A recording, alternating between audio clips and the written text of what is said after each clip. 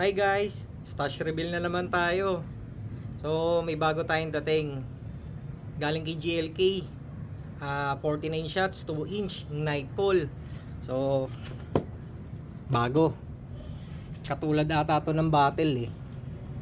So bago na rin pala yung logo ng GLK oh. Iba na rin logo nyo. Mas maganda yung logo niya ngayon. So eto, meron tayo 49 shots 2 inch Nightfall. So isa sa mga bago ni GLK ngayong taon 2025. So meron pa tayong iba.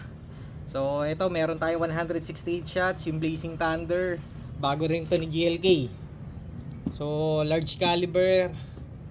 Tapos meron din tayo ditong Firefly 138 shots.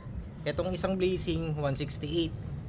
So kumuha na rin tayo niyan sa mga bago ni GLK. Tapos meron pa tayo dito itong Magnificent 10.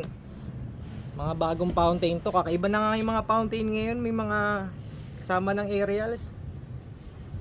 So ito, mukhang maganda eh oh. Nakakarton na rin siya. Malaki yung karton nyo.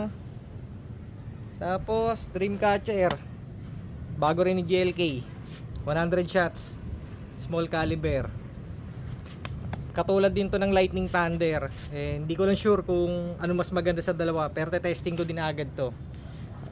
Tapos bago rin ni GLK, Amazing Galaxy 36 shots, medium. Tapos meron pang isang fountain, yung Magnificent 7.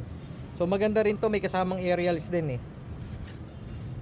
Yan yung mga bagong fountain ni GLK. Tapos meron akong kinuha, hindi GLK, iba nga lang. Pang gender reveal daw to eh, boy or girl. So 100 shots din yan, small caliber. Yan, yung mga another budol natin. Yan. Ito nga palang Magnificent 10, tsaka yung 7. Ayan, bigay sa atin ni Boss Joshua yan.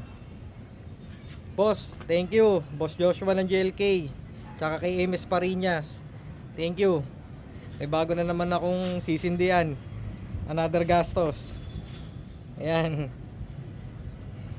So ito, subukan ko, sana masindihan ko to sa Mother's Day, itong Firefly. Kung hindi man, itong Dreamcatcher tsaka Amazing Galaxy.